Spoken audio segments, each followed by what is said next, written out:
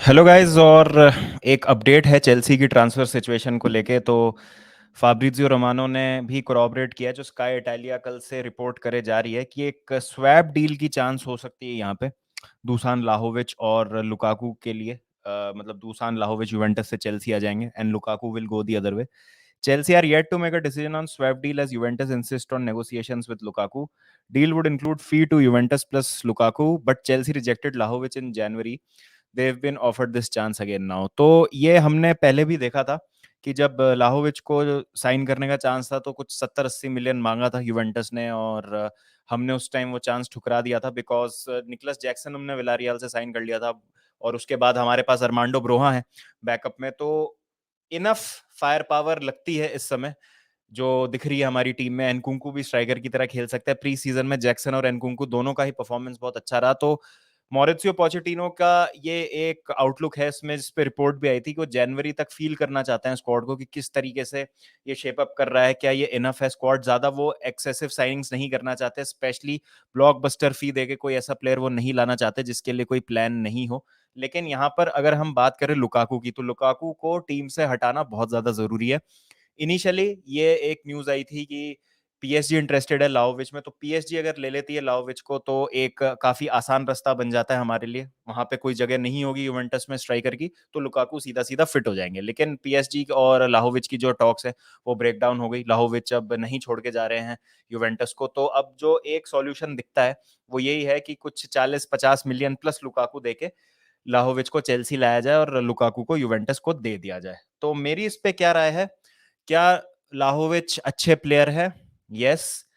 क्या वो एक ऐसे स्ट्राइकर है जो 20 गोल मार सकते हैं? यस। क्या उनकी हमको डेस्परेटली जरूरत है इस समय? I don't know. I don't know इसलिए क्योंकि निकलस जैक्सन का जैसे अभी रहा है, कॉन्फिडेंस उनका हमको दिख रहा है, बहुत अच्छे और क्लिनिकल स्ट्राइकर लग रहे हैं, अच्छी उनकी पार्टनरशिप बन रही है। बट एक अच्छे स्ट्राइकर के सीजन में भी एक लल आता है, एक डिप आता है। तो उस समय क्या हम अरमांडो ब्रोहा पे उतना डिपेंड कर सकते हैं? और दूसरी चीज यह है कि अगर दूसान लाहोविच आते हैं तो क्या अरमांडो ब्रोहा का उससे डेवलपमेंट हैम्पर होगा कि नहीं? मुझे लगता है कि अगर हम इस सिचुएशन को ऐसे देखें कि अगर हम सिर्फ एक स्ट्राइकर सिस्टम खेलेंगे, जो कि हम अभी तक जितना हमने देखा है, पोचेटिनो को प्री सीजन में 4-2-3-1 ही खिलाया उन्होंने। तो एक स्ट्राइकर सिस्टम है तो उसमें तो डेफिनेटली हम निकलस जैक्सन को ही प्रायोरिटी देंगे क्योंकि उनका अच्छा एक प्री सीजन हुआ है। स्क्वाड के साथ उन्होंने अच्छे से जेल कर लिया है, केमिस्ट्री दिख रही है उनकी फॉरवर्ड्स के साथ, एनकुंकू के साथ, इयान मार्टसन के साथ स्पेशली उनकी बहुत अच्छी एक केमिस्ट्री दिख रही है फील्ड पे। और गोल्स भी उन्होंने स्कोर किए हैं। एक अच्छा लिंकअप प्ले रखने की एबिलिटी रखते हैं, वो फिजिकल हैं और पेस भी बहुत ज्यादा है उनमें। तो क्या जब इस फॉर्म में निकलस जैक्सन है उनको आप बेंच करेंगे और लाहोविच को आप अपना मेन स्ट्राइकर बना देंगे विदाउट एनी प्री सीजन या विदाउट एनी कंसिडरेबल टाइम? क्योंकि अगर ये डील होती है तो अभी तो एकदम से होगी नहीं है, ये इसमें टाइम लगेगा। तो क्या आपको वो प्रिपेयर करने का टाइम मिलेगा लाहोविच को अपने हिसाब से, और क्या आप उनको टीम में इंटीग्रेट कर पाएंगे? तो मैं बहुत ज्यादा अनडिसाइडेड हूँ। तो यहाँ पर ये चीज भी एक हो सकती है, इस चीज का भी खतरा हो सकता है कि मान लीजिए जैक्सन का स्टार्ट अच्छा रहता है लेकिन वो थोड़ा सा फेड हो जाता है और उस समय हमारे गोल्स जो है ड्राई आउट हो जाते हैं। हमने देखा है कि बहुत ज्यादा हम स्ट्राइकर्स को लेके कन्विंस नहीं रहे हैं डिएगो कोस्टा के बाद से। तो जहां पर हमारे गोल्स ड्राई आउट हो जाते हैं तो हाइंड साइड में कहीं हम ये ना बोले कि देखो उस टाइम पे चांस था, लुकाकू से तो छुटकारा मिल ही रहा था और लाहोविच जैसा भी एक स्ट्राइकर हमारे पास आ रहा था। तो वहां पर क्या ये एक बहुत बड़ा रिस्क है, एक चांस है जिसको हम जाने दे सकते हैं? इसीलिए मैं थोड़ा सा अनडिसाइडेड हूँ। और यहां पर अगर आप लाहोविच को लाते हैं और जैक्सन आपके मेन मैन बन जाता है तो क्या आप उनको बेंच पे बिठा सकते हैं? और बेंच पे आप बिठाएंगे तो क्या वो ऐसे स्ट्राइकर हैं जो बेंच पे बैठना पसंद करेंगे? तो ये कुछ चीजें हैं जो मुझे लगता है कि पोचेटिनो जिसके बारे में विचार करेंगे, या ये कुछ ऐसी बातें हैं जिसके बारे में हमको सोचने की जरूरत है। पर्सनली आई फील कि हमको जरूरत है नहीं ज्यादा, मतलब एक लाहोविच जैसे स्ट्राइकर के लिए हमको 80 मिलियन का इन्वेस्टमेंट करने की जरूरत नहीं है टू बी ऑनेस्ट।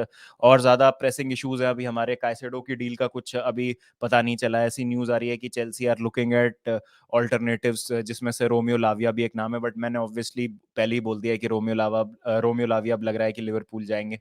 उसके अलावा और भी 2-3 नाम है, जैसे टाइलर एडम्स जो लीड्स के प्लेयर है, उनकी खबर आने लगी है कि टाइलर एडम्स से लिंक जो है वो आ रहा है। तो क्या चेल्सी काइसेडो के पीछे जाएगी? और रॉबर्ट सैंचेस एक गोलकीपर की अभी तक कोई लिंक नहीं आई थी, लेकिन आउट ऑफ नोवेयर फिर से एक ब्राइटन के प्लेयर के पीछे हम जा रहे हैं। रॉबर्ट सैंचेज से लिंक आई है और चेल्सी देख रही है कि कुछ 41 मिलियन के आसपास पे किया जा सकता है रॉबर्ट सैंचेज को स्टैमफोर्ड ब्रिज लाने के लिए, और वहां पे कुछ ना कुछ गर्मा गर्मी हुई है, कुछ कॉन्फ्लिक्ट हुआ है रॉबर्टो डी जर्बी और रॉबर्ट सैंचेज का, तभी जो स्टील है वो आए थे टीम में और वो फिर रेगुलर एक फीचर बन गए टीम का। तो यहाँ पर क्या हम फिर काइसेडो को जाने दे रहे हैं, और क्या लग रहा है कि 100 मिलियन नहीं पे करना चाहिए काइसेडो के लिए? क्योंकि मुझे ऐसा लगता है कि 100 मिलियन बहुत ज्यादा है। अगर 80 मिलियन में मान लेती है ब्राइटन तो ठीक है, बट 100 मिलियन आई थिंक आप फिर 50-50 मिलियन के 2 डीएम ले आई, लेकिन उस बीच में अगर आप 80 मिलियन का एक स्ट्राइकर लेके आते हैं तो क्या ये वाइस मूव है? तो मैं थोड़ा सा अनडिसाइडेड हूँ उस चीज को लेके कि क्या हमको लाहोविच की बहुत ही ज्यादा जरूरत है, और क्या हम जनवरी तक निकलस जैक्सन, एनकुंको और अर्मांडो ब्रोहा से नहीं निकाल सकते सीजन? बिकॉज जो गलती हमने जनवरी में करी थी लास्ट सीजन कि हमने इतने सारे नए नए प्लेयर साइन कर लिए थे, मैनेजर का काम तो डिफिकल्ट था ही उससे पहले भी, और उन प्लेयर्स की साइनिंग ने और ज्यादा डिफिकल्ट बना दिया काम। प्लस जब इतना ब्लोटेड स्क्वाड हो जाता है, इतने सारे नए प्लेयर्स आते हैं, उनमें एकदम से केमिस्ट्री इन्फ्यूज करना और एक स्टाइल ऑफ प्ले डेवलप करना बहुत ज्यादा मुश्किल होता है। तो एकदम से जब आप इतनी सारी नई साइनिंग्स कर लेते हैं, स्क्वाड आपका ब्लोट हो जाता है, तो उसको मैनेज करने में प्रॉब्लम आती है, जो हमको ग्रैम पॉटर के साथ दिखा था, और लैम्पार्ड भी फिर उस चीज को अच्छे से नहीं कर पाए थे मैनेज। तो क्या ये चीजें जो है हमको फिर से फेस करने की जरूरत है? क्या दो स्ट्राइकर्स इनफ नहीं है? अरमांडो ब्रोहा के लिए भी पोचेटिनो ने बोला है कि वो रिकवर कर रहे हैं और वो टीम का पार्ट है, he is part of the plans. और निकलस जैक्सन, जैसा मैंने कहा, he will be our main man going into the season.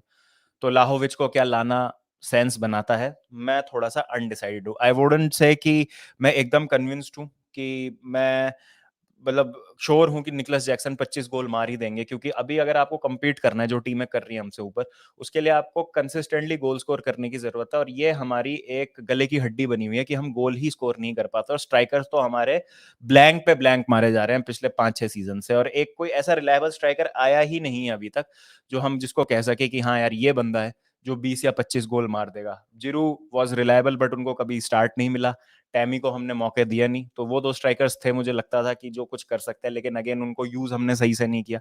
तो अब यहाँ पर आपके पास एक निकलस जैक्सन जैसा स्ट्राइकर है, आपने पूरी एक नई टीम बना दी है, पूरा आपने जितना कचरा था साफ कर दिया, एकदम क्लीन स्लेट, एकदम फ्रेश आप जगह से आप एकदम नए सिरे से स्टार्ट कर रहे हैं सब कुछ। जो नया सीजन है बहुत ही इनिशियल और बहुत ही एकदम मतलब मैनेजर भी नया, टीम भी नया, बस 2-3 जो प्लेयर्स हैं वो बचे हैं आपकी चैंपियंस लीग विक्ट्री के, बाकी सब कुछ नया। तो क्या उसमें आप फिर सेम प्रॉब्लम्स जो हैं वो लाना चाह रहे हैं? Same problems as in selection headache के पॉइंट ऑफ व्यू से बोल रहा हूँ। आई वोंट से कि लाहोविच इज अ प्रॉब्लम।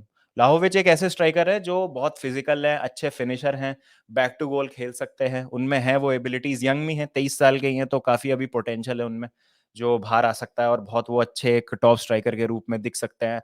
फ्लैशेस और ग्लिम्सेस दिखे हैं हमको उनके, लेकिन क्या अभी हमको वो पंट लेना चाहिए? तो वो वाली चीज है। तो देखते हैं क्या होता है। आपकी क्या राय है? Please do let me know in the comment section. Again Ousmane Dembele का रिलीज क्लॉज एक्टिवेट नहीं किया है पीएसजी ने, और एक कुछ अलग सा कोई क्लॉज है वो एक्टिवेट हुआ है। तो अब इस वीक के एंड तक जो है बार्सिलोना और पीएसजी में नेगोशिएशन चलेगी। 100 मिलियन तो ऑब्वियसली पे नहीं करने वाली थी पीएसजी, लेकिन अब कुछ नेगोशिएशन चलेगी और उसमें डिसाइड होगा कि क्या फी जो होगी वो सेट की जाएगी पीएसजी और बारसा के बीच में डेम्बेले को लेके। एंड डेफिनेटली अब तो लग रहा है कि Dembélé will be a new PSG player, और उनको रिप्लेस करने के लिए बार्सिलोना किसको लेके आती है, that would be quite interesting. और एम्बापे की जो पूरी सिचुएशन चल रही है उस पर भी देखते हैं क्या होता है। एम्बापे ने नहीं किया अपना जो एक्सटेंशन है उसको ट्रिगर, तो डेफिनेटली वो इस सीजन के बाद तो छोड़ के चले ही जाएंगे और फ्री एजेंट हो जाएंगे। तो क्या वो रुकेंगे पीएसजी में, या कोई ट्विस्ट इन द टेल है, कोई क्लब आता है और लेके जाता है एम्बापे को, या लोन पे एम्बापे जाते हैं एक सीजन के लिए, प्रीमियर लीग आते हैं, या सऊदी तो उन्होंने रिजेक्ट ही कर दिया। तो किस तरीके से होता है, या रियल मैड्रिड आके बिल्कुल लास्ट मोमेंट पे वो फी पे कर देगी और बना देगी एम्बापे को the most expensive player in the history of the game. तो देखते हैं क्या होता है। बाकी आपकी क्या राय है? Please do let me know in the comment section. और ये पूरा लुकाकू लाहोविच स्वैप का आपको क्या, आपकी क्या राय है इस पे, ये मुझे बताइए, क्योंकि मुझे ऐसा लगता है पर्सनली कि लाहोविच की मतलब लाहोविच की जरूरत हमको उतनी नहीं है जितनी हमको लुकाकू को निकालने की ज्यादा जल्दी है। और लुकाकू को निकालने का मतलब यह है कि लाहोविच को लाना पड़ता है, तो ठीक है, मतलब मैं उस पॉइंट ऑफ व्यू से ये चीज समझ सकता हूँ, लेकिन अभी बहुत ज्यादा जरूरी है कि हम लुकाकू को बाहर करें स्क्वाड से, जहां पर एक बहुत अच्छी वाइब, एक अच्छी केमिस्ट्री डेवलप हो रही है, और किसी भी तरीके की नेगेटिविटी हमको नहीं चाहिए इस स्क्वाड के अराउंड जो लुकाकू लेके आते हैं। तो ये एक थोड़ी सी प्रिकेरियस सी सिचुएशन हो गई कि अगर आपको लुकाकू को निकालना है तो लाहोविच को आपको लाना पड़ेगा। तो देखते हैं क्या होता है। तो please do let me know आपको क्या लगता है, एंड फिर मिलते हैं नेक्स्ट वीडियो के साथ। लाइव स्ट्रीम करेंगे आज रात को, तो जरूर आइएगा और फिर वहां पे और जो है डिटेल में डिस्कस करेंगे, और प्रीमियर लीग सीजन कैसे होगा, स्टार्ट होने वाली हैं चीजें, तो उन पे हम बिल्डअप करेंगे और उनके बारे में डिस्कस करेंगे कि कैसे क्या होता है। चलिए फिर ध्यान रखिए अपना, मिलते हैं थोड़ी देर में, जब तक bye bye, take care and piece.